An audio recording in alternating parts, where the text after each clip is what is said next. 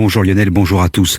Le couvre-feu est donc décrété à Nouméa, l'archipel théâtre d'affrontements intenses entre indépendantistes et forces de l'ordre, poussés de violence liées au projet de réforme constitutionnelle actuellement en débat à l'Assemblée.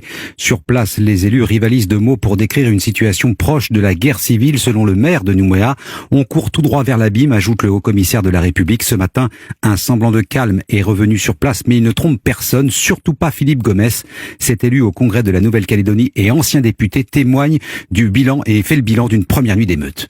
C'est une nuit d'émeute urbaine, d'insurrection urbaine que nous avons vécue. Il y a plus d'une cinquantaine de magasins, de stations-service, de pharmacies, de concessions automobiles qui ont été brûlés, pillés, vandalisés.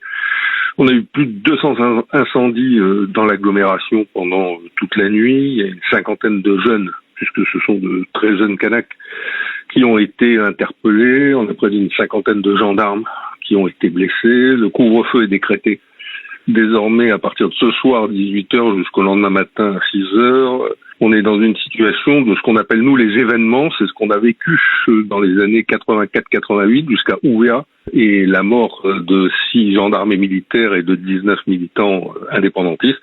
On est aujourd'hui engagé sur cette pente, c'est-à-dire la pente de l'affrontement entre Calédoniens, et c'est ce qu'on vient de vivre, hélas, 1000 fois hélas, toute cette nuit. Il faut que les leaders indépendantistes donnent les mots d'ordre pour dire aux jeunes maintenant qu'il faut rentrer chez eux, les appeler au calme. Ce sont eux qui peuvent conduire la situation à s'apaiser. Voilà, c'est la seule manière, à mon avis, de retrouver un peu de sérénité dans la vie de la cité.